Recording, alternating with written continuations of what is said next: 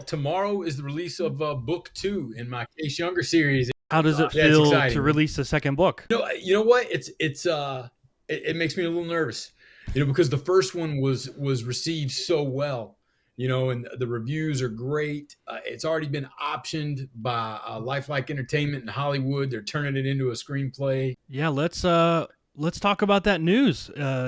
It's already been picked up by Hollywood. Tell us a little bit more about that. Okay, so it's been optioned. So I've been doing a lot of research on this because I got really excited, but then I always try to quell that a little bit, because I have a tendency to go overboard. So it was funny to me that I found out 85% of movies are based on books, but fewer than 1% of books ever get made into a movie.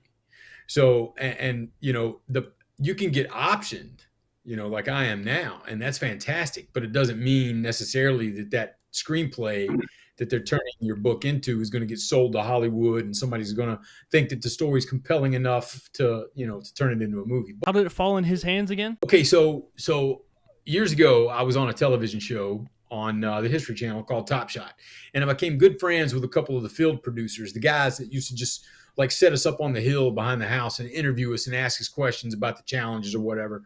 And he, over time, that guy moved up, in Hollywood. His name's Eric, great dude. And when I wrote this book, I just reached out to him. It was like, hey, man, I wrote a book, and not for nothing, but I'd like to get it in the hands of somebody over there, in Hollywood. I had no idea how this works, where to start. I just know this guy from Top Shot.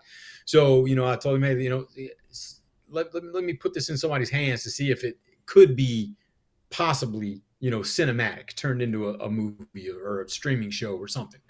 So he gave me the name of Jude, who's the guy who runs Lifelike Entertainment, and Jude read it and loved it. So it's just kind of a friend of a friend kind of thing there from years ago when I was on that television show on the History Channel.